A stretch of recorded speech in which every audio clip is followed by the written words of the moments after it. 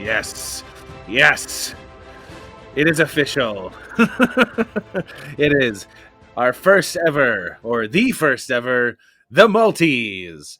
It is our year-end episode where we celebrate some of our favorite beers. I am one of the hosts of the Malting Hour, Tony Golick. And I am Brandon Winninger. And tonight, the two of us will be discussing our favorite beers with a special appearance at some point or put in wherever throughout this episode by Clark, who could not join us for recording this evening. But we will go on. As they say, the show must go on. Yep. Oh. You just deflated. You deflated all of my excitement right there. Well, it's 2020, and it's a year we wish never happened for many reasons. We have our own lists, of course, of why we wish this year didn't happen. But here we are. We're gonna try and end this on a high note, talking about some of our favorite beers. Brandon, how the hell are you? Good, man. How are you? I'm doing all right, man. I'm doing all right. By the time this episode comes out, Christmas is already passed, but Christmas is coming up for us actually. So I'm actually looking forward to that, even though it's a little bit different than years past. But doggone it, I'm gonna make the best of it, man. That's right. No COVID's gonna get me down. Yeah, I like that. I like your ruin style. my Christmas spirit. Yeah. Yeah, I'll say I am excited too. It's going to be completely different, but we have kind of like, we know what we're doing, how we're doing everything. And, we've got our meal planned. So we're going to do a dinner on Christmas Eve and, have a regular Christmas morning for the boy. Yes. So this will be the first Christmas that he can actually like interact and do stuff. I don't know how excited he'll actually be. He still might, look, a toy, and then wander off and do something else. So it's kind of the funniest part with kids, where they're almost just excited for, I get to tear this apart, for a little bit, and then it's like, mom and dad have wrapped all these gifts and put them all together, and they're bored by gift 3. A box. Yeah. Play with the box.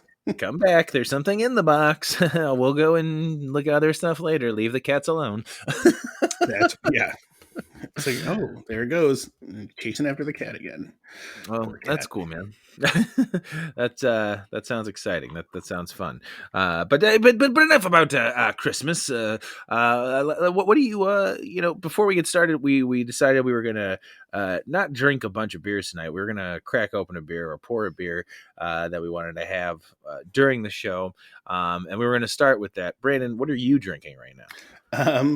I'm sticking with the Christmas style of beers, and I'm going with the Goose Island Christmas IPA, which, as we have discussed, it is not technically, it doesn't fall into the category of what we would consider a Christmas beer.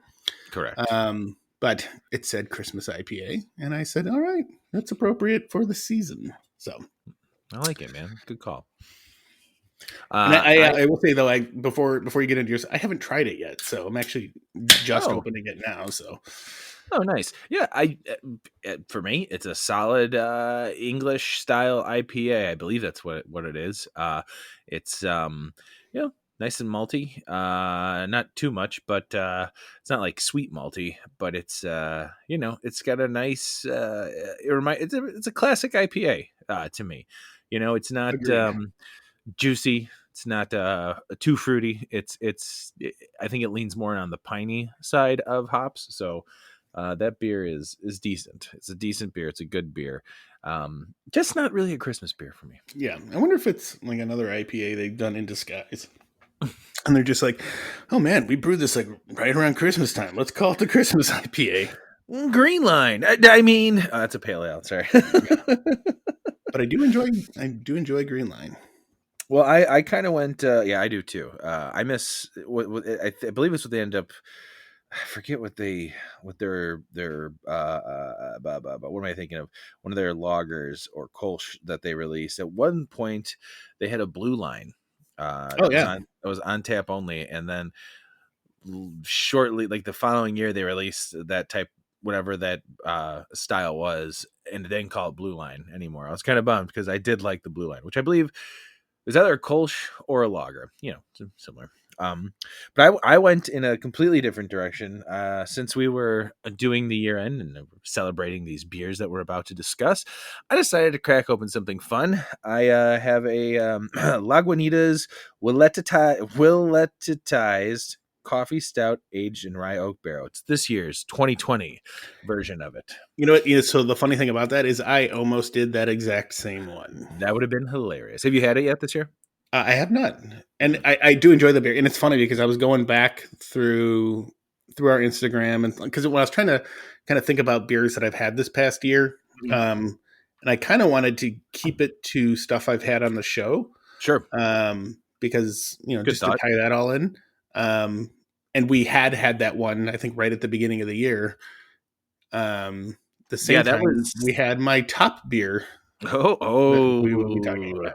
ooh giveaway. If you guys remember that episode, you know what he's talking about. We lost our minds over it.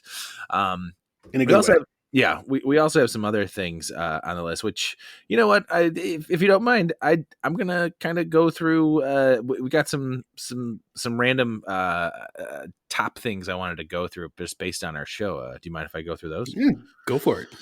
All right. Well, first off, thank you everybody who have subscribed and continued to listen to the show. This will bring us to the end of year 2 of doing the podcast. Now, granted, the excuse me, excuse me, I'm getting choked up already thinking about this. Of course, the show name changed a year ago, so technically, what we've called ourselves has only been a year old. But we've been doing this show now for 2 years, and things have changed, and I think we've grown. I think we've gotten better at it. I think the content has improved. I think the quality has improved. And our fan base has grown. So we appreciate that. We got more followers on Instagram. We have more followers on SoundCloud. We have people who visit the website, more people on Facebook. So thank you, listeners who continue to listen to this show all the time. So I want to go through first, which was a category I didn't realize we were going to have, but I found our top 3 countries of 2020 who listened to our show, Okay. not just the USA, which is pretty cool. And the numbers, I mean, USA is pretty much who listens to us. So thank you, America. But the third top, so the top 3 countries go like this. Number 3 was Belgium, which Huh. blows my mind. That's awesome. Belgium being, That's uh, awesome. I mean, so beer centric. That's just super cool. So thank you, Belgium. We appreciate you listening.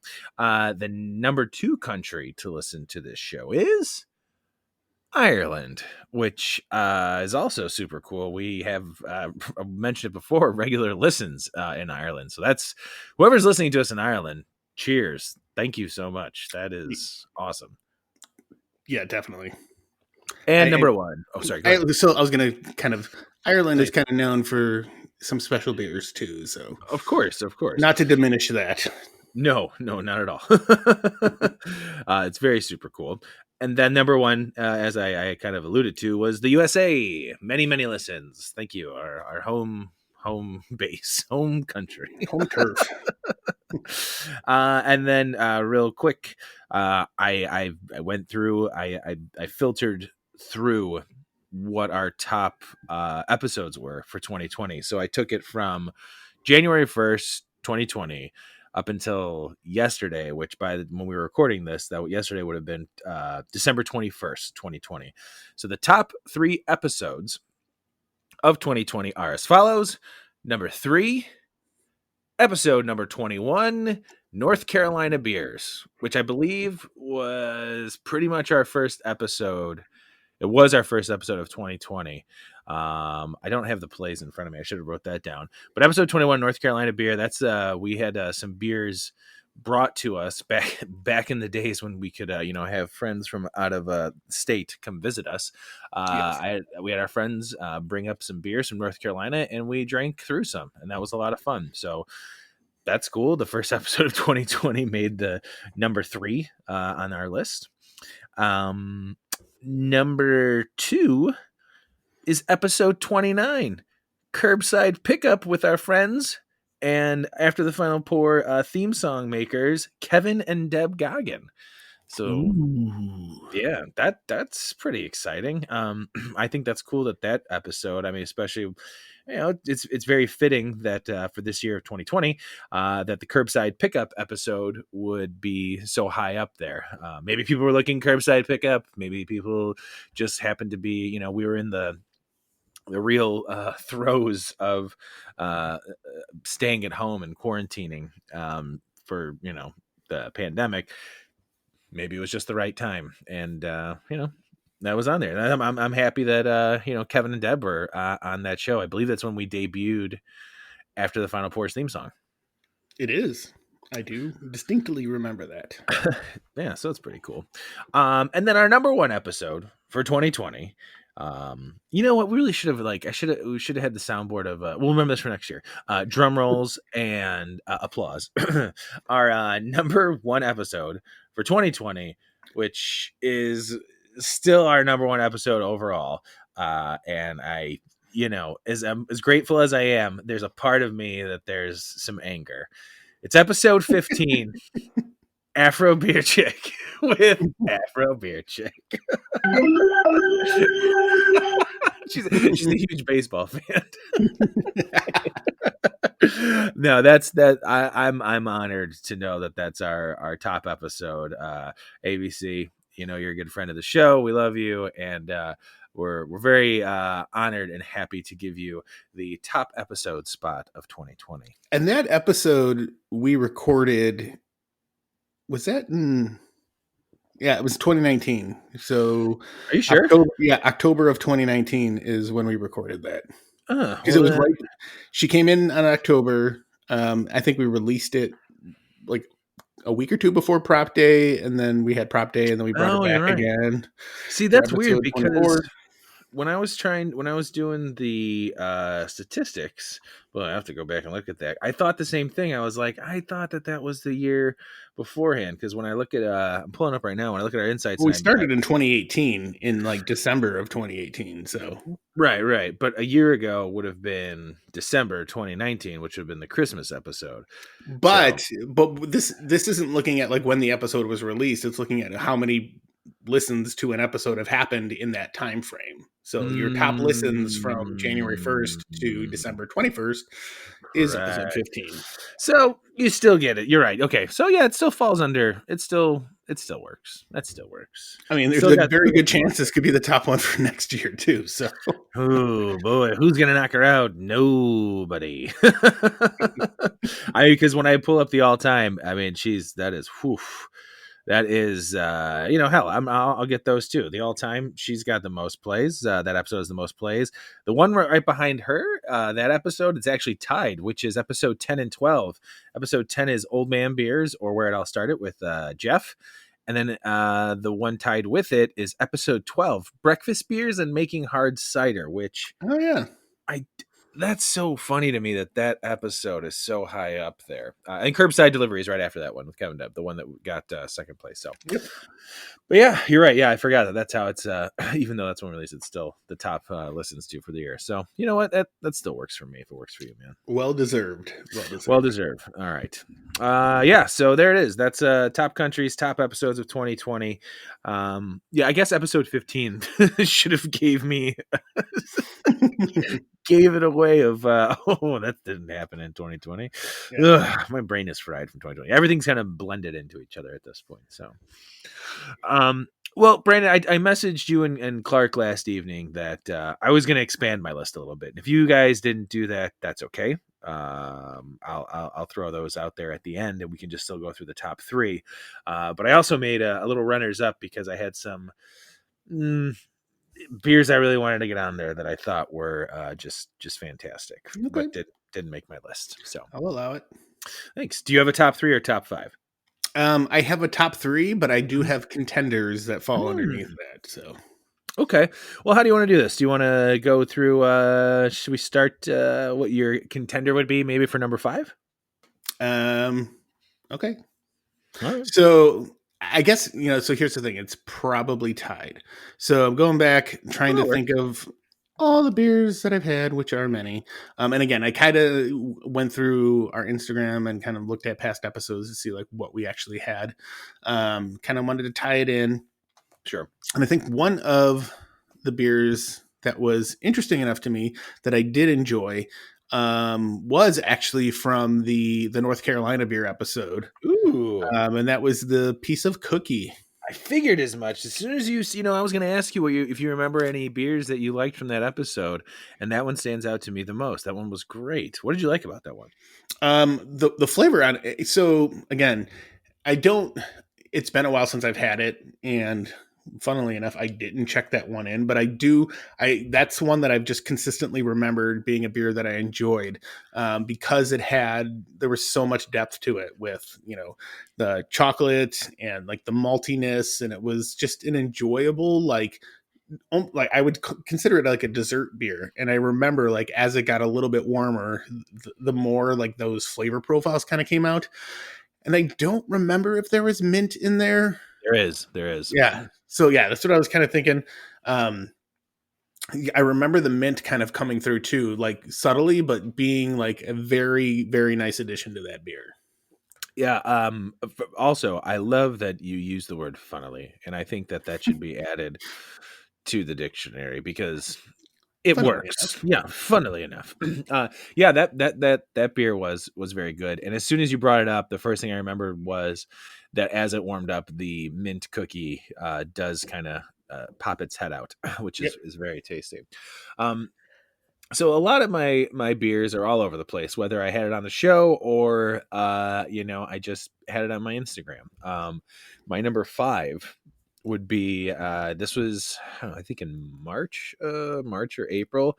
I happened upon it at Benny's. I'd never had it before. It was Jackie O's Dark Apparition Vanilla and Coffee Bean Barrel Aged Stout, which Okay.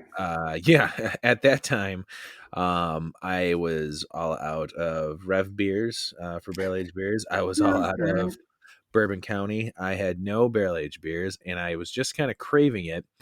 And I think the quarantine self lockdown had just begun. And I think I made a run to Benny's before we were about to, kind of shelter in place. Of course, I had to still go to work, but I was like, well, I'm not going to go to Benny's all the time. That's not not a necessary trip for me, even though it became one.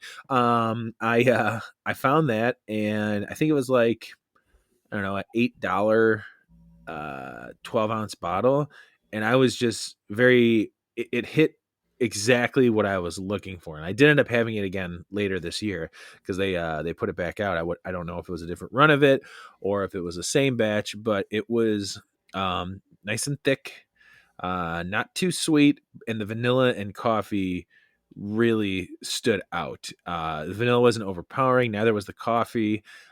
It kind of all just blended well and melded well with the barrel flavor. So I really like that one. Nice. That was my number 5. That was up higher until I was like, man, there's too many beers that I want to put on this list. So Yeah, and I've not had that, but I am definitely interested in trying that. if I see it again, I will have to grab us one so we can have it together someday. Alrighty. Moving along. Sorry, I just Thanks, everyone. that's it. Good night. We're just doing our 5th beer. Sorry, I took a sip when I was saying that. Number 4. Number 4. Do you have a number 4 that fits your list here? I do. So number 4 is actually going to be a Lake Effect beer. Ooh, very nice. And it is the Fanny's Nice. chocolate cake stout from last year. Oh, not this year's. Correct. Interesting. Why that one? Because I don't know. That one was just so deep and like chocolatey and so good. And I guess like that's the one I had most recently. This year's was great too, but I just remember that one being like the flavor even being deeper. And that could have been for the fact that it sat for a year. Sure. And you kept Consistently it in my cold. fridge. Yeah, Yeah, it you stayed kept in it my cold. fridge literally the entire time until we cracked it open on a cool Saturday night Yeah, around a fire. before it got too cold. Yeah, and we ran inside. Yeah. Yeah, so that was that one is pretty good on my number 4. Like Oh that. yeah, that was the night we ran inside and then Yeah. continued to have fun beers, fun drinks, And fun whiskey or bourbon. which one day may make it to the airwaves. We did some after the final pours, but ooh, we were feeling pretty good at that point. We were well after the final pour. Yeah. I definitely want to do the bourbon segment. We'll put that out there at some point. Yeah, I think that's a good choice, man. That's awesome that made your list. I was really close to putting that on my list, but some other ones kind of beat it out. So my the rest of my entire list really surprised me, and I was texting you and Clark last night saying that this was harder than I thought. And as I'm going through my check-ins, so what I did was I went through my check-ins on Untappd and went through all my 4 and higher because I thought, by 4 it has become kind of like, wow, this is a really good beer. I'll buy it again. And then anything higher than that was, wow, this is good. I really gonna search this beer out. Anything under that was kind of like, if someone offers me it, or it didn't mean it was bad, but I just might not run out and get it right away. I won't like seek it out. Correct. My number 4 was a surprise beer that I was early on, again during the shelter in place. Kevin and I would do. Kevin and his wife and I were buying random beers, and we'd save some, and we would do a beer exchange where he would come to the car, I would give him a bag, he would give me a bag, we'd have masks on and everything, and just kind of we I believe there was a couple times where we both had like hand sanitizer and spray and stuff, and just like, hey, it's good to see you, hey, psh, psh, psh, psh, psh. There's your bag, there's my bag. And one of the beers that I got from them was Maplewood's Fizzle Drizzle Pink Lemonade. And All that right. beer this is the middle of summer. I remember cracking open that beer and just being blown away by how much it reminded me of a pink lemonade. And it is an 8.5% beer. And I didn't Ooh. know that until I got halfway through it. And I was like, whoa. And I think I was drinking it like a Sunday afternoon too in the yard grilling. And I was like, oh, this is really good.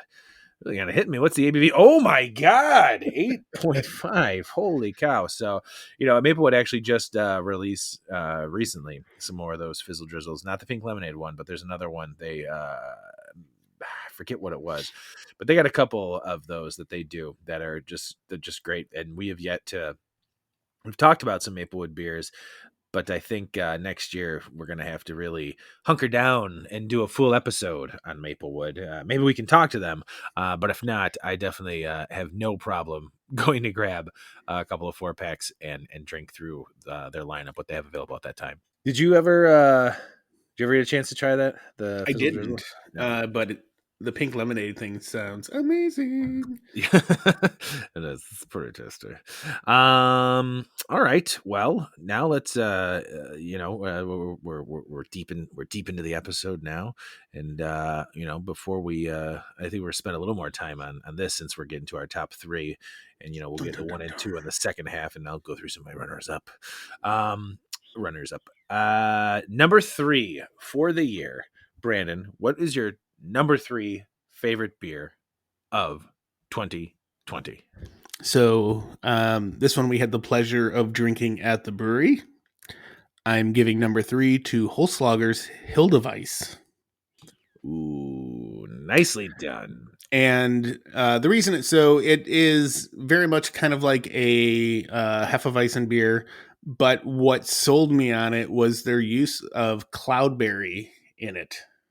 And Oh that man. was something I hadn't heard of before, but that tart fruit finish that cloudberry kind of gave that beer was just awesome, and it was super refreshing. And that's a beer like if they sold that in the city, I would buy that and sit there and grill and do all our types of fun stuff outside with Yeah, that beer. here's to hoping that Holzlager gets some more beers into the city. But man, I must not have checked that one in because I know that would have been high up because you and I were just going crazy over that cloudberry We were and gushing. yeah, we were like holy cow, this is so cool. how do we get it? How do we Yeah. use it? Where That do we was find the cloudberry? uh, in the clouds. We go to the clouds and get them. And that's what the berries are picked. Yeah, God, if I gotta say, if I remembered that beer, I really, I'll have to go back and check. This is where we need Clark so he can look it up for me to find Silly out if it's Clark. find out if I check this in. Because if I gave it anything under a 4, I'm a fool. Because that was a great beer. That and actually all the Holzlager's beers were so good. That was probably my favorite trip this year with you. Of the two that we did. Yeah, yeah, exactly. Excluding our little venture out to Goose Island underneath the heated lamps with Clark Oh, yes. for Plop Day. But yeah, the two brew. I mean that was. I mean it was just a fun trip overall. We drove out to Woodstock. Those guys were super cool. They knew what they were doing, especially as being a place that could open at the time to have patrons come in and drink. You know, mask up, sitting at the table. You know that we sat a decent amount of space away from them underneath some speakers so you can hear some music. Excuse me. And yeah, that they're just a really cool brewery. I'm looking forward to going back out them to there to visit those guys sometime Yeah, I soon. felt yeah, their operation was a good setup. It's oh now I'm turning into Tony. Yeah, when I go back and edit these and listen to how many times I have to clear my voice, it's terrible. So what I was going to say is, I did not feel like crowded in there. I mean, there was patrons that were coming in, but it wasn't like overwhelming. Right. And at the time, we had the option of doing the interview like out in their patio area, like their outside area, and we decided was it June then? Still June, July. It was warm, It was decently hot that day. and we were like, let's do it inside, air Yeah. conditioning, and we positioned ourselves underneath a speaker, so that was fun. Yeah. But I will say, yeah, again, all of those guys were awesome to us. So Chuck and Mario, I believe, Yeah. yeah, super cool people. Definitely have a good setup there, and I recommend if you are in Woodstock and you have the means to definitely give them a try. Yeah, definitely. If you're anywhere in that area, you should definitely, you should definitely go and check them out. It's Even if not you're that they're, picking up to go. yeah, totally. It's just a really cool spot, especially the outside area, which right now you won't be able to go and maybe enjoy. But yeah, it's a cool spot, and Mario ended up becoming, I forget what it is. I don't know if it's the Craft Brewers Yeah, Guild, but he's on the board of the Illinois Craft Brewers Guild. yeah, super cool. So congratulations to him. I think we gave a shout out on the Facebook page to him for that. Very cool guys. Very cool place. Yeah, good choice. Good choice for number 3, man. I Thank you. like that. My number 3 also surprised me because it's another fruit beer. It was Phase 3 Ooh, Double Strawberry Chantilly. Now, we've talked about my first experience with a milkshake IPA was at the Great American Beer Fest a couple years ago with you, Brandon. I yep. won't say who it was and what beer I had because I really love that brewery and I still don't like that beer.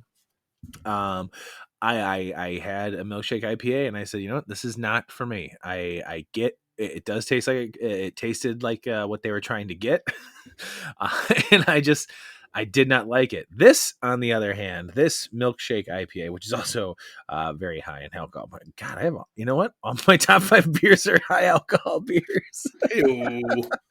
Man, actually, a lot of my runners up too. Jeez, what a drunk.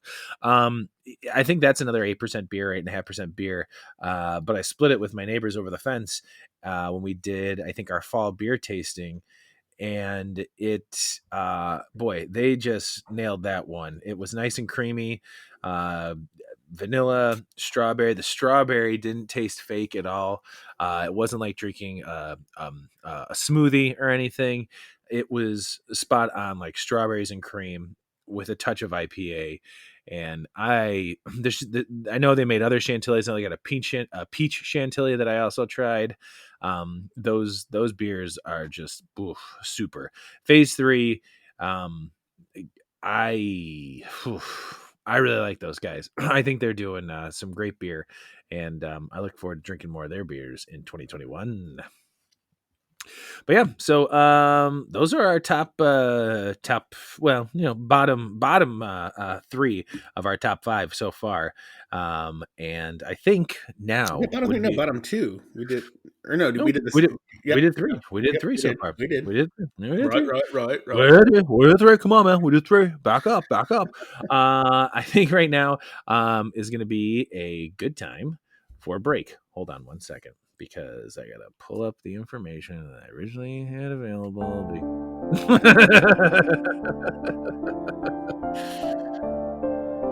As we wait for Tony to pull up the information. It's the waiting hour. Yeah.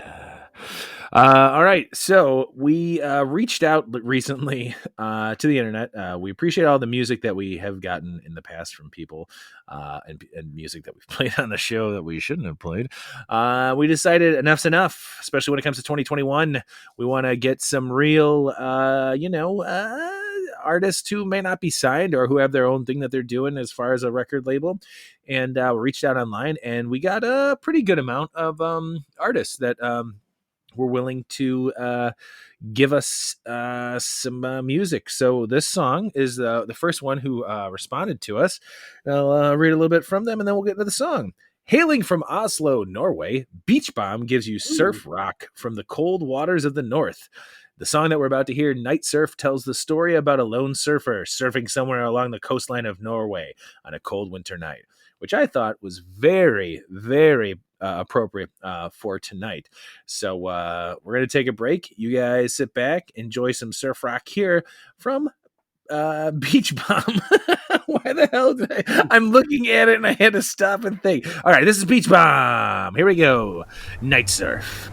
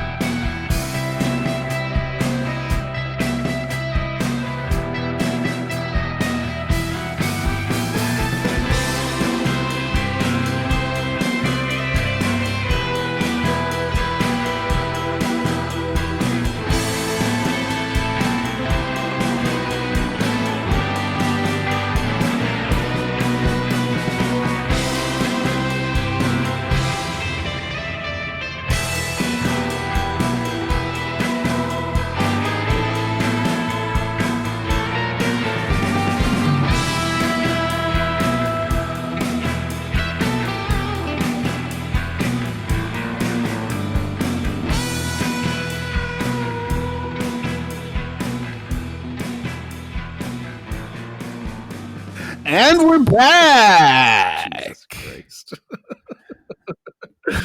Oh man, and we are back. We are back. We hope you enjoyed that music from Beach Bomb, hailing from Oslo, Norway. You can find Beach Bomb on Facebook. Just look up Beach Bomb Band. That's facebook.com/Beach Bomb Band. Also on Spotify. Just look up Beach Bomb. It was very easy. I looked up Beach Bomb. Boom. First listen right there. So Beach Bomb, thank you very much for giving us your music to play on the show. Be sure to check out Beach Bomb. Very cool surf rock. I was listening actually during the break. So if you guys don't know, during the break we don't actually do anything except kind of talk amongst ourselves. But I did go on to Spotify and found another Beach Bomb song. I was like, kind of wish we were playing this one too. So you know what, Beach Bomb, you're probably going to come back on the show. I'm going to send you an email as soon as we're done with this episode. But before we get to that, we need to get back into our top beers of 2020, Brandon. That's right. Well, speaking of, before we get into that, I know both of us have actually cracked another beer. So what are you drinking now, Tony? Well, I'm following your lead, and I went with Christmas beer, which, yes, by the way, everybody, I did just drink a 12-ounce barrel-aged beer within that time. It was very good. It was a nice chilled temp, so I drank through it. Do not judge me. I went to... Wait, did it come in 12 ounce? Because I think I got a 16-ounce bottle of it. Did they might have both? I think you got the bomber of it. The 20. We had the 22-ounce of it. Oh yeah. 22, Nice bomber. 22. Oh yeah, those bombers, baby. So I followed you and went back to a Christmas beer that I had sitting around, which I think I have one more left that I'm going to save for either Christmas Eve or Christmas Day, which is my favorite Christmas beer, Great Lakes Christmas Ale. It's just it hits everything, man. I feel like it's very appropriate to do it on this show this time of year. So thank you, Brandon, for inspiring me to go back to a Christmas beer. What are you drinking, buddy? I went into a beer that we had previously on our Christmas episode, which is the Delirium Noel. The one of the two beers that I actually finished on that show before I realized I was drunk. I should not have finished those. Yeah, I should not have. I woke up in the morning and I came back down to the basement. I'm like, it kind of stinks like beer down here. Jesus, did I spill something? And I remembered, I'm like, oh, I've got like half and quarter full bottles of beer sitting at the bar I didn't end up dumping. Yep, that'll do it. I'll do it every time. Yeah, this is a good choice by both of us. I when you posted that post of the St. Bernardus Christmas Ale, I went out looking for it at our local Binny's, and they were all sold out. Like it was on the shelf for so long, and it was sold out. So I might have to try and find one of those. I would like to have it before the season's over. I know Mike had one. Mike, tasty beer. Yeah, it was very good. Anyways, moving right along. Let's actually before we get into that, do you have another? So I'd mentioned I had 5 runners up. Do you have any other runners up that you wanted to throw out there? No, nope. I mean, I do, but like nothing that's like notable to the fact where Well, for me, I'm going to go through them real quick. Do you mind? No, go ahead. My top 5 runners up, and I'll give a brief reason why I chose it. Number 5 was New Glarus Cranbic. It's the first time I ever had it. It is delicious, and we did a New Glarus episode this year finally. And Cranbic, it is much like their Serendipity and their Rhubarb and their Wisconsin Belgian Red. Very fruity, very nice. Nice hit of cranberry on there. I really like that. My next one was from here in Illinois. I believe they're in Schiller Park, maybe. Could be wrong. Need Clark to check that. Short Fuse, Berry White. Yeah, thank you. Berry White, which I believe it's spelled BEAR-IE White. It tastes like gummy bears. It literally tastes like gummy bears. And someone brought it over for my birthday. I had a whole bunch of beer left over for my birthday, which is amazing. I'm going to be sad I won't have it this year. But I cracked one open, I don't know, maybe a week after my birthday because it was in my fridge and fell in love with it. It's a great wheat beer that tastes like gummy bears. It's so good. So good. My next one up was Saugatuck's Neapolitan Milk Stout. It fucking tastes like ice cream. It just tastes first time I ever had it was this year. These were all kind of like first time I ever had them type beers. So that's why they ended up in my runner up category. So that was delicious. Number 2 was Goose Island's Caramella Wheat Wine, the Caramel Apple Bourbon County this year. That one was surprisingly probably my favorite variant this year. Special number 4 was very good. The London or Kentucky Fog also surprised the hell out of me. I thought maybe that was my favorite because it had that little bit of lemon citrus zest to it, which I found very nice. But that boy, that caramella was really good. It hit the caramel and apple nicely. Unfortunately, the other caramel apple beer that I had this year, which was from Phase 3, sorry, their Affy Tapple beer, I did not care for. It was a golden ale. It was just too sweet. I did not dig it. But my number one runner up for the year, because it this was very close to being on my top beers of 2020. It just got inched out by these other the beers on here are very different that I had, like the very different types of, they're not your traditional beers that are on my top 5, which I think says a lot about my taste and what I'm looking for, or what at least impresses me. But this is definitely my number one runner up beer, which, like I said, almost made it to my top 5, was Ailman's The Man, because it's Ooh. just a fucking awesome IPA, and it really does belong on my top 5 beers of 2020. But like I said, the other 5 just kind of inched them out of it. But Ailman the Man, we talked about it a few times, I think even on the episode. But I know after the Yep. episode we talked about it as well. It's just a great IPA. It's a solid, delicious IPA that is somewhat, I feel like, hard to come by these days with, juicy IPAs and all these big IPAs, different types of IPAs. That it, just fantastic. So there you go. Those are my top 5 runners ups, however you want to call it, for 2020 of the beers that I tried. I feel like that's a fitting list. Fitting list. Ailman, you beat out Goose Island. Way to go. Mm. I was gonna say that. I, I, I was like, words were coming, and then I was like, eh. But yeah, that is not. I don't think that's too. I mean, Elman does good stuff, so I don't think that's a far stretch for that to happen. So, Vankman almost made it. Vankman almost made it on the ooh, list as well, which was their Ecto Cooler inspired beer. But I just felt that the Man was just a bit better. So we have made it now to our last 2 beers of the evening, of the show, of the year.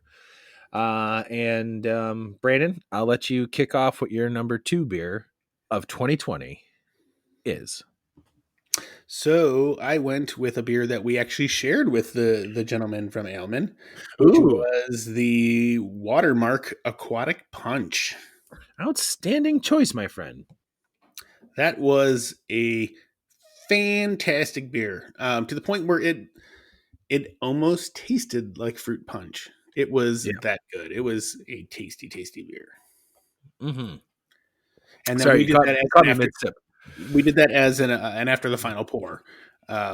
And it was, again, like, I can't say enough good things about it. Like, I remember we left and I was like, Clark, get more of that beer. Yeah, yeah. That was hard to find a description and pictures of it online, actually. So I don't know how often they do it. But yeah, we're gonna put that in Clark's ear to go ahead and get more of those as he goes back up to Michigan, because eventually we're just going to send Clark up there to be our beer mule, to be like, okay, grab a bunch of Watermark beers. If we can't go up there just yet, we're going to do a damn episode about the beers here in Chicago, That's because right. Watermark's just doing some really good beers. We planned another after the final pour with another pale ale of theirs, or no, an IPA of theirs. And time just kept going. Time just kept going. We didn't end up getting to it, but that was also a good beer as well. Good Yeah. choice, man. That's a good choice. I like that. And after the final pour beer has made it to the list. I don't know why I didn't think of that. Oh boy. Ugh. Womp Well, womp. oh well. My number 2 beer for 2020 was one that surprised me. It was a beer that caught me off guard. I wasn't sure I was going to like it. I didn't think I knew I'd like it. I didn't think I was going to like it as much as I did. My number 2 beer is Revolution's Death by Cherries. Ooh. That beer surprise the shit out of me, because if you guys know anything about me, and you don't, I don't like fruit in my stouts. And I think that goes to that's kind of obvious. Maybe it's not obvious, actually. The Neapolitan milk stout. I mean, that's like, strawberry, vanilla, and chocolate, but I got a lot of chocolate and vanilla in that more than strawberry. And any other fruited beer is either a sour or an IPA or something. I'm not someone who likes chocolate covered fruit. I like my fruit cold and fresh, or warm and cooked. That's how I like my fruit. This beer, because I didn't really dig the Death by Currents when they did it. I liked it more as it aged, and I didn't have it aged for very long. I think, did I have an aged one with you? I believe. I believe so. Was that with you or with Clark? Because you guys are the only ones I drink those beers with, namely. But it got better. It definitely got better. It mellowed out a bit. Like, I don't like any bramble, raspberry, blueberry, blackberry. It's too much for me. It kind of like takes away from me for the bourbon barrel aged stouts. But having Death by Cherries, that's one of the beers I'm looking forward to revisiting from what I have left in my fridge from this year's Revolution Deepwood series. The cherry was very nice. It was not overpowering. It was like a dark cherry. It was very just dark fruit flavored, and it didn't take away from the barrel aged stout. It really added to it, and I just absolutely loved it. And I hope that Death by Cherries, I'm assuming it will. I just hope it will make its way back into the lineup in the near future, because I know they switch out the fruits that they do for their variants, or at least they have been lately.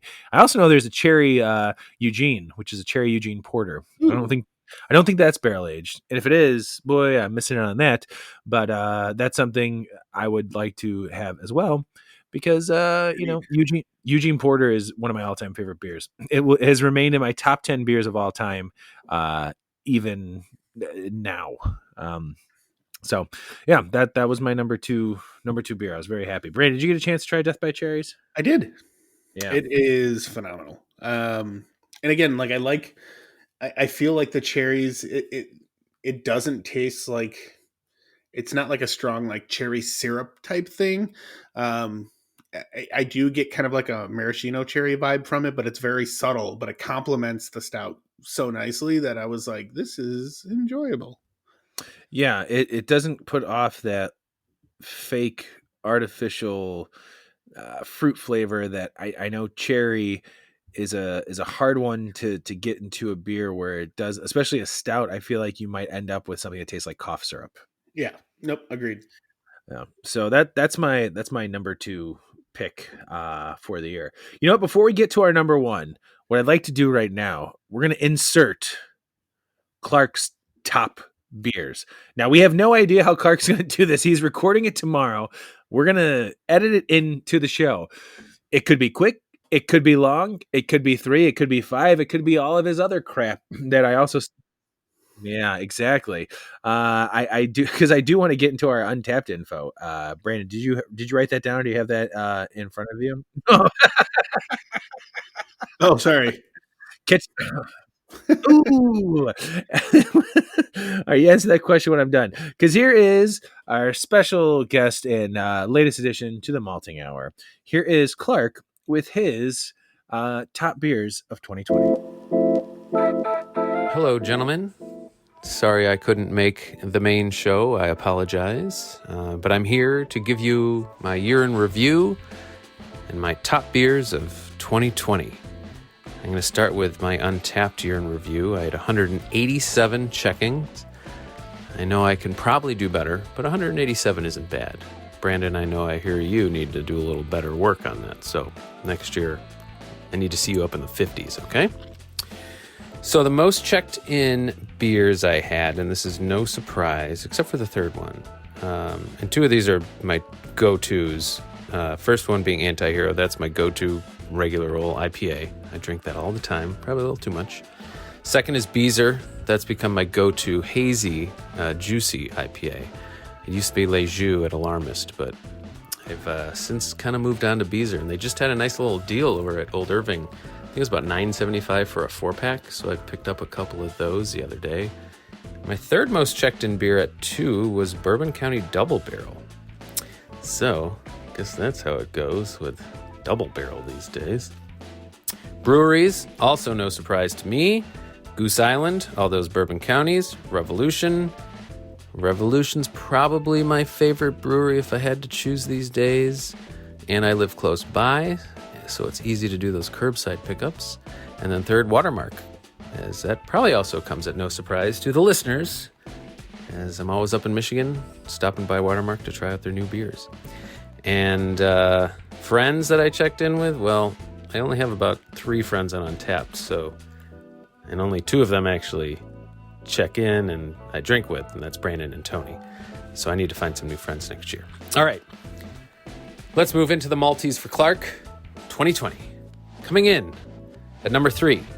And now let me say how this was done. Oftentimes when I try a beer, the first sip gives me a good idea of how I'm liking this beer. And I remember a few years ago when I took my first sip of VSOJ, Revolution's barley wine, I just knew that was my favorite beer I drank that year. So a lot of these, not only are first sip nose, as I'll call them, but after that first sip, I knew I was drinking a really delicious beer.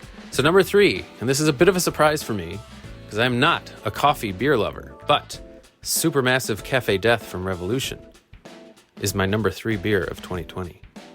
On Untappd, I wrote, now that's what I want from a coffee beer. Coffee, chocolate, barrel goodness. I give it 4.5 stars. I love that one. Even, I think I checked that in July. So for a deep, dark coffee barrel-aged stout in the middle of the summer, they did pretty well there. Number 2, and this was tough. I had 2 kind of going for this number 2 slot, but I decided on Thundertaker from Revolution. That's 2 Revolution beers in my top 3 of 2020. Thundertaker was one of the first, I think, in this year's Deepwood. Oh, Siri's talking to me on my watch. I do apologize for Siri there. That's no rocket ship launch, though, from Brandon's basement. So I have Siri, Brandon has rocket ship launches. Tony, you're next. So Thundertaker, I wrote still chocolatey, still interesting, still delicious, 4.5 stars. This must have been my second check-in because I did have 2 of them. But that, I believe, was a collaboration with Binny's with hand-selected Blanton's and Buffalo Trace barrels. And I just had one more about 3 nights ago, and it was still delicious. A lot of barrel in there, a lot of oak, a lot of wood. There's a lot going on with chocolate goodness, as I put it, but it was one of the most interesting and most delicious beers I had. And for my number 1 beer of 2020, this is not a stout. It is not barrel-aged, but it is an IPA, and it is a hazy IPA. And this one, as I mentioned earlier, when it hit my lips, I was sold. I absolutely loved it. Now, I might be going a little crazy here, but this was a beer from Old Irving Brewing called Cosmic Kerfuffle. That is my number 1 beer of the year. It's just a Galaxy and Citra double dry hopped triple IPA. Very hefty IPA, but I absolutely loved it. It was pillowy, it was soft, it was not too bitter, but just enough bitterness, a lot of hops, and a lot of everything going on that you'd want in a hazy, juicy IPA, and I absolutely loved it. I noticed they had some growlers a few weeks ago of that, and I almost pulled the trigger, but I couldn't. That was the one beer that I drank, and I said, hot damn, I love this beer. So that's my number 1. A couple honorable mentions. I've got 4 of them. The first one, Cuvée de Grace from Revolution. That was tough not to include in my top 3. I'd put that right up there with my most interesting beers. There was so much going on in that one from last year's, I suppose, early this year's last rounds of the Deepwood series. Another one, Junie double barrel from Transient Artisan Ales in Bridgman, Michigan. It was an Imperial Rye Stout. Had that this fall, which was fantastic. And then moving on, surprise, surprise, to 2 Watermark beers. One was called Massive Erosion that they came out with in the spring, I believe. And Tony, I think you had this one too. Just another delicious, juicy IPA. Watermark juicies are different. It's interesting when I have them. I always... my first sip, I don't always love them, but then when I keep going, I say, wow, they really did something nice here. They always have a nice little tang to their IPAs, I want to say, and that was a good one. And then last, another honorable mention is Watermark beer again. Tony might have mentioned this or posted this earlier this year, I can't quite remember, but it's one of their session IPAs called Touching Tires. One of the most juicy, full-bodied session IPAs I think I've ever had, if not the most that I've ever had, that I really like out of them this year. So that's me in a nutshell. That's Clark. I'm going to send it back to Brandon and Tony in a second, but I did want to leave off with one more resolution. I do have a resolution this year. I had one last year, and that last year was to try to understand what's going on in a lot of the barrel-aged beers that I have. Sometimes I used to take a sip and go, ooh, I don't like that. But that was mostly because I didn't know what was going on in that beer, whether what kind of barrel it was aged in or what kind of liquor had been in that barrel. So last year I said I want to do a better job of understanding what's going into all these barrel-aged beers, and I think I have done that. For example, with the Mineshaft Gap at Revolution that just came out, aged in cognac barrels. If I didn't know there was aged in cognac barrels or didn't really think about it, I'd say I don't really like this. But knowing what I'm tasting, I appreciate it more than I think I ever would have. So this year's resolution, and it's a big one, and I need to do a better job, is try at least one beer from a brewery I've never either heard of or had before. I'd say once a month or so. And one specific brewery I want to drink more of next year is Off Color. I've probably had one Off Color beer in my life in Chicago, but I couldn't tell you which one it was. And all the stuff that they put out, I hear, is just fantastic. All their beer for taco, beer for pizza, and I know they're coming out with a cherry beer for pizza, and I guess that mimics Pepsi, when, like in Home Alone, when the family's gathered around and they're eating big pizza and drinking Pepsi. So I need to drink more Off Color, and I need to drink more breweries and sort of expand my palate. So thank you for listening to my Malt-eez of 2020. Back to you, gentlemen. And that was Clark's top list. Thank you for listening to the Malting Hour. I'm Casey Kasem, and that was Clark's top beers of 2020. Clark, we miss you. Sorry you couldn't join us tonight, man. But thank you for sending that to us to insert into the show. Brandon, I asked you before we went into Clark's top beers here. Do you have your Untappd year in review information by any chance? My name on Untappd, or you said your Untappd information. I was like, what? Oh, maybe it cut out. I said your Untappd year in review information. Oh, I do. Okay, excellent. So do you have your Untappd information we can give everybody? Like, wait, this is an awkward time to throw that out there, but okay. Hey, let everybody know how they can find you on Untappd.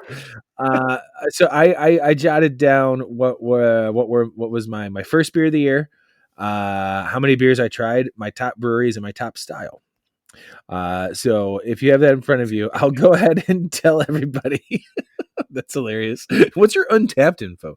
The first beer that I had of 2020 that I checked in on Untappd, because I did dry January, which I'm getting close to doing again, because I gotta drop some of this pandemic weight and give my liver a break from all these delicious beers we've been drinking the last year, but the last 2 months especially.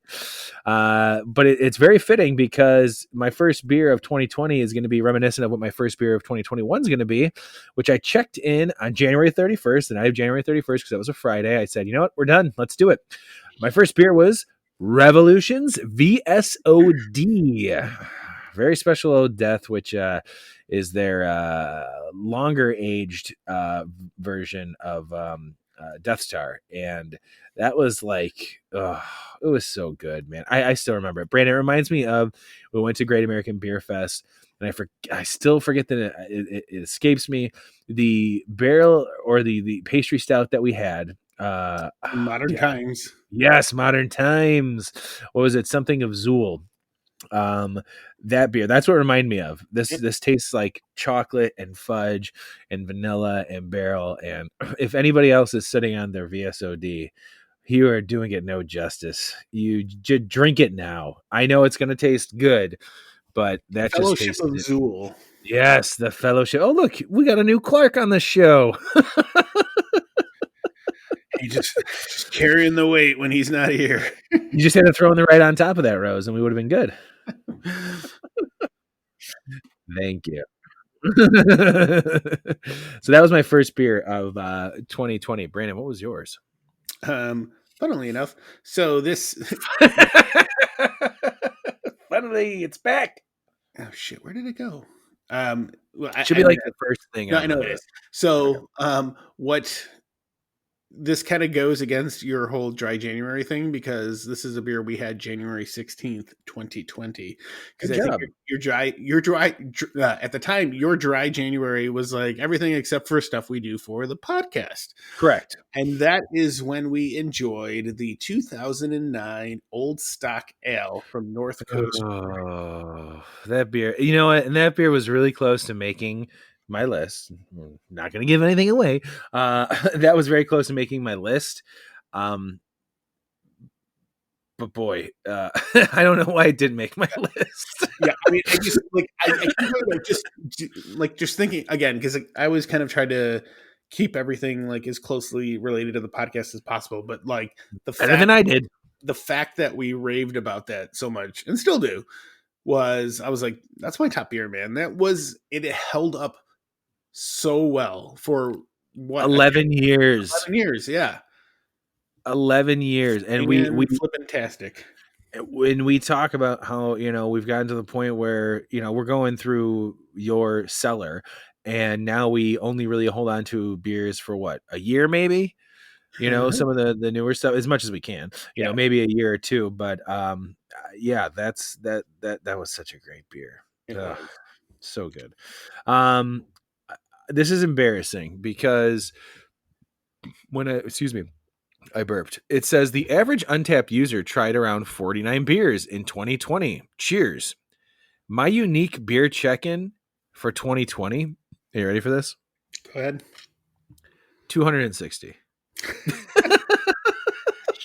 You want to know? You want to know how many I checked in for this year? 20. Okay. Oh my 20. god.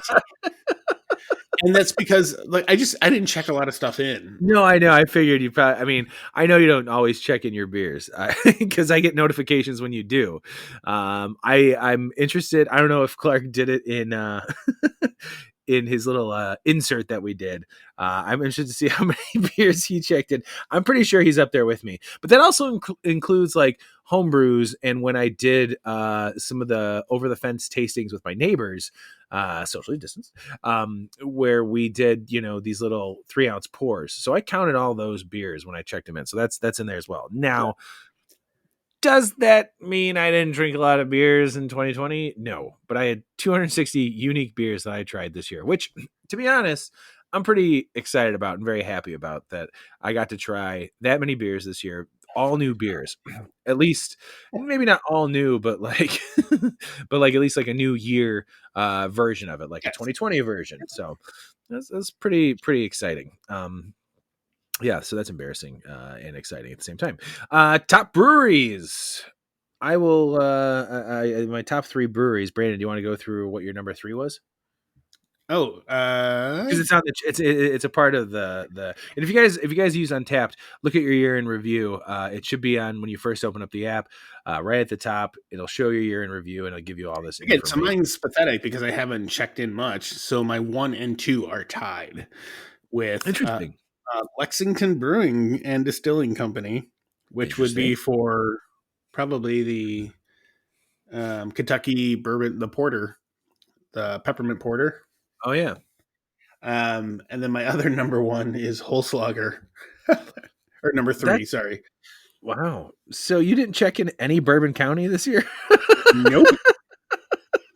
Yeah, Interesting. Wow. I I would guess think so. Unless this I'm thing's just screwed up. But no, no. Clark and I had found ours to be very accurate. I'm no, pretty I sure Clark. did.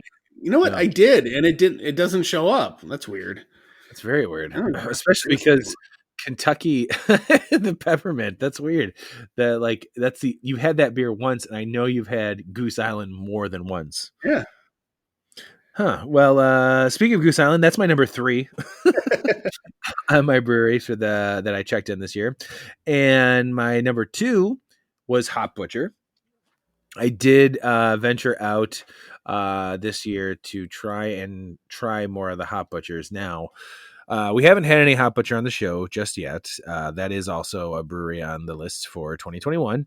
I have become quite fond of Hop Butcher. Now, my thing about Hop Butcher is that a lot of their beers, if you were to put some of them in front of me, could I tell a difference? I don't know.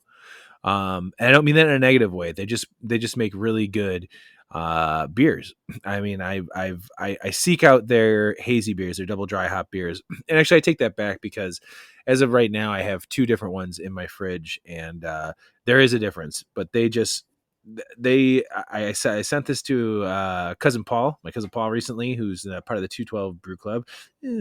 Not so active this year, but I told him, I said, man, you got to find some Hop Butcher because they are, in my opinion, the best New England hazy. He loves those beers. He's the first person that I know that loved New England IPAs, hazy IPAs. And I said, they are number 1 to me as far as Illinois is concerned. Now, my favorite to go to is Alarmist Les Jus, because it's readily available, and I think it's awesome. It's also the gold medal winner when we were at GABF in 2018. And that still is delicious, but these beers are just kind of over the top delicious.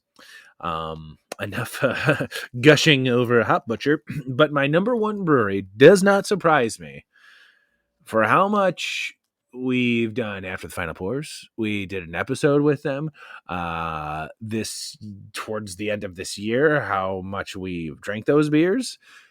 Revolution is my number 1 checked in brewery of 2020, and I realized that there hasn't been a time this year where I haven't had some sort of Revolution beer in my refrigerator, and I think that speaks volumes to at least to me, speaks volumes to I believe they're putting out such a quality product in all their beers, from their sours to the IPAs, to porters, to stouts. It's even their Ghost Ride, their Kolsch that they were selling this year in plethora of cans, giving out 6-packs and cases depending on what you ordered. I mean, I even had their Black is Beautiful Stout, which was very good. I had so much Revolution beer this year. I'm just very proud to know that there are our hometown heroes. They're my favorite brewery in Chicago. You heard it here first on the Malt-eez, on the Malting Hour. That is my number 1 brewery for 2020. Brandon, do you have your favorite brewery of 2020? well, according to Untappd, it is a Lake Effect. Oh, okay, perfect. Again, Well, that makes sense. minimal check-ins this year. Yeah. I will get better about that. I promise. Sorry, Yeah. people. Do you have one? Do you, like, if you had to, like, putting you on the spot, obviously, and I don't want you to feel like, this is the defining moment of what you consider your favorite brewery. If you had to choose a brewery that was your favorite of this year that you drank from, who would it be? It would probably be Revolution because I got a keg from them this year, during the pandemic. Both you and Clark got kegs this year, and I've done all of my pickup orders have mostly been from them. So like, they're putting out solid stuff, and it's nice because my wife enjoys it too. Most of their beers, so it's nice to be able to pick some stuff up that I can share, and then she'll enjoy as well. So, yeah, I think by default, Revolution would win that title. Yeah. Yeah, and I think it makes sense, especially with us living in Chicago. So, cheers to you, Revolution.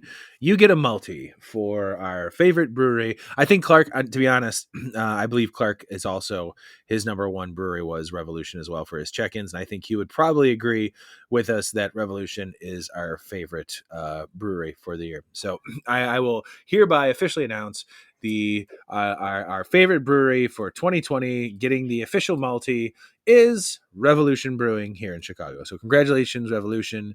You win. We need more sound effects. Charge. All right, this is it. This is the moment we've all been waiting for. This is the best picture. This is the best album. This is the best artist. This is the best actor, actress, supporting. No, we're not going to supporting. Supporting never gets anything. That we already did those. This is our number one choice of 2020. And Brandon, if you would like to go first, what was your number one beer of 2020? I already said it. The 2009 Old Stock Ale. Yeah, I know that, man, but you just sucked the air out of the room with that. I already said it. I know, but like you still got to deliver it, man. Do it again. What's your number one beer of 2020, Brandon? My number one beer is the 2000. It is the 2009 Old Stock Ale from North Coast Brewery. And again, there it is. And again, so like this is going back, like I'm not. I'm thinking about the best beers that I drank this year, not necessarily beers that are from this year. Yeah. Because I had the Fannies was in my runner-up list. The Lake Effect. It's definitely not the beers that came out this year. It's just what you drank this year. Yeah, man, that's because then, like, dude, it was a hard cry to not put Utopias in that list too. Oh yeah, that was a lot of fun. But that was the same night. So that night was. You guys can go back and listen to that. Actually, that was a lot of fun. Yeah. So, but the 2009 Old Stock Ale that reigns supreme. Again, just because of how much we've gone back and talked about that. We just rate. I mean, we both lost our minds over it. I think Clark even made fun of me, or made fun of us in a text to me about how much we just raved about it. Maybe even Mike did it as well. So yeah, that is that's such a good beer, and it's awesome that you had it. I wish you had two. So do I. Yeah. Well, that's a good number one pick. And here's my Oscar, my Golden Globe, my Grammy, my Emmy, my Malt-eez, my number one beer for 2020, which I think speaks volumes to this because what I followed up with. It goes without. I mean, I think it should be kind of obvious that it would be a Revolution beer, and it is. So, Revolution. Not only do you get our favorite brewery of the year, but you get my vote for my favorite beer, our favorite brewery. You get my favorite beer vote. Revolution's Double VSOD, which I had just 2 weeks ago. So maybe that had a lot to do with it, but that beer just really floored me of how good Revolution is at making barrel-aged beers when it comes to the deep series. I wish I had the description in front of me. I forget which barrels they blended it with, but it was, I believe, I'm not mistaken, aged for 18 months total. So aged in a set of barrels here, and then again in another set of barrels there. It's just so good, and a 12-ounce can that's like 17%. I sipped on that beer for a while, and I had it. Sorry, I burped. I'll edit that. After I sipped on that for a while, it just kept getting better, and it was more complex, and it just really hit everything that I look for when it comes to a barrel-aged beer, and then some. So it was like a barrel-aged beer with a bonus. It's like when you put whipped cream or sprinkles on top of hot cocoa or a cake or pie. You're adding that extra little bit of goodness to what's already so good, and they did it so well. And the reason why I said that it might be surprising is because when we did our plop day, Clark was gracious enough to purchase a bottle of the Double Barrel Goose Island, which didn't end up on this list, not because I didn't think it was a great beer. It really was. But if I were to put those two side by side, I'm picking Revolution's Double VSOD. But if someone else offers me Double Barrel, I'm not going to say no. If anything, those two would probably be a tie there. I just felt that Revolution's Double VSOD this year was just phenomenal, and I was very happy that I got it, and very happy that I got to try it. And Revolution, you guys are doing a lot of things right, as we said, from the sours to the IPAs to everything in between. Just fantastic. Brandon, you just turned on your Xbox during this show. Oh, I accidentally hit the remote when I was going to grab something.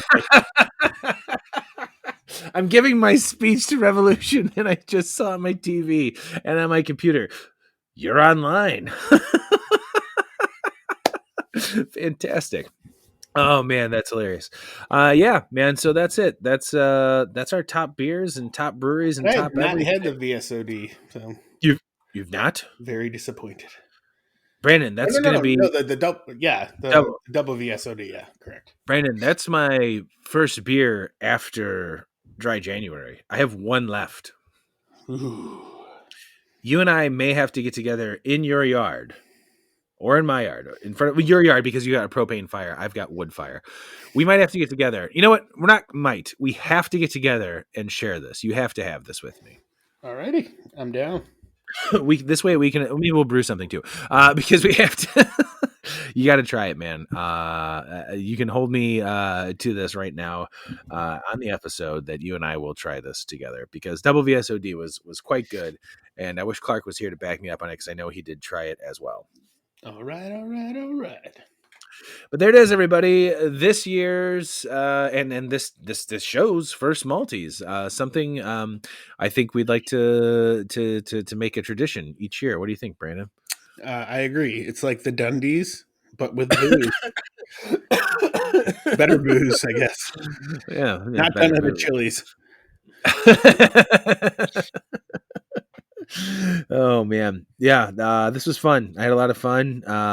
Thank you, Brandon, for another fun year of doing this podcast, doing this show. Thank you for everybody that you've got to be on the show. You've helped get us into some breweries to do some episodes, and provided beer for these episodes, and handling a lot of the behind the scenes stuff. You and I have a lot of split duties of what we do to make sure that this show runs properly and people know about it. Exactly. But yeah, again, so I'll throw in my thanks too. And thank you to our listeners, the guys that listen the most. I'm going to do a special shout out to Mr. Pat McHugh.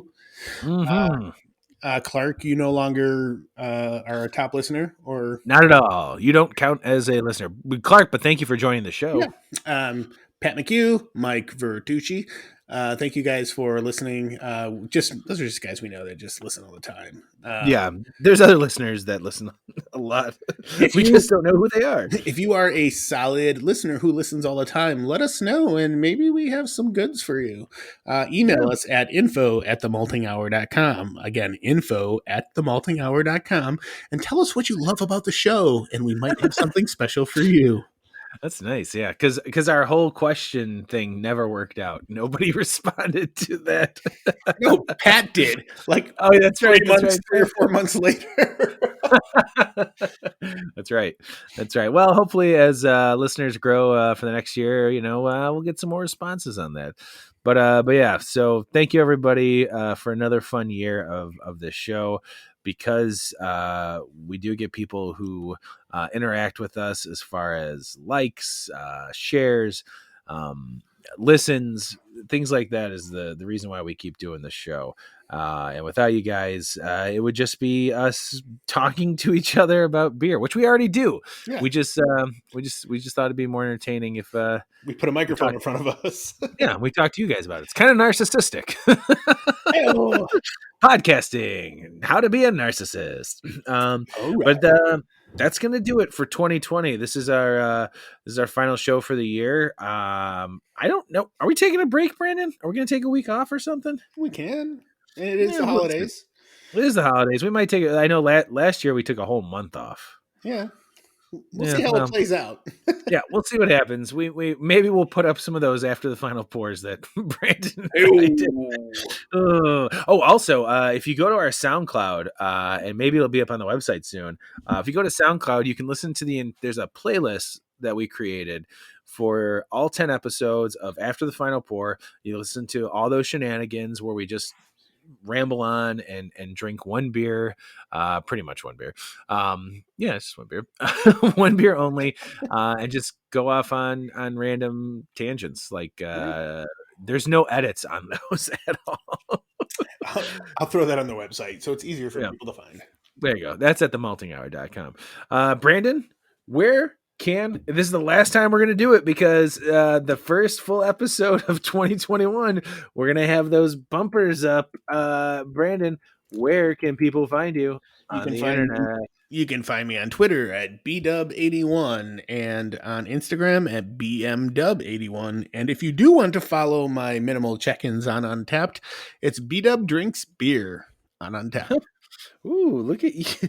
Look at you! You even got in the Untappd. His minimal check-ins that he's gonna change up this year, I hope. I just started checking in some of those past beers while you were talking. I'm like, okay. I saw, my phone is now alerting me of all your check-ins. I did just see you did the Black is Beautiful. Nice. Yeah, if you want to find me on the interwebs, on Twitter, where I've kind of become a little more active, it is the Asa Phelps. You can find me there, where I post random stuff, mainly about beer, some stuff that's posted off my Instagram as well. And on Instagram, I'm just Asa Phelps Chicago. So you can find me there as well. And you can also find me on Untappd under Asa Phelps Chicago as well. So Instagram and Untappd, it's Asa Phelps Chicago. And then on Twitter, it's the Asa Phelps. That's also my Xbox ID if you want to play video games with me. I am the Asa Phelps. Yeah, I play video games. And then, be sure to follow us on Instagram and Facebook and Twitter at the Malting Hour. And you can find Clark, which I believe on everything as far as Twitter and Instagram goes, is Clarkowski, which is CLARKOWSKI. Yeah. Yep. Yeah. So that's it. That's going to do it for 2020. The Maltese are complete. All the winners have received their awards and gift bags, swag bags for showing up with keychains, stickers, and T-shirts and tumblers that all have the Malting Hour logo on it. Oh, and wall. What does he call it? A wall print? A wall sticker? Wall decal. Yeah, a wall decal. So everybody that came out to the show tonight, here in the audience, you guys got that stuff. You guys didn't get that stuff from the audience. So shit. What have I just said? All right, that's gonna do it for 2020. We love you guys. Thank you very much, Brandon. Love you, Tony. Oh, we did it at the same time. All right, everybody. Cheers. Malting Hour out.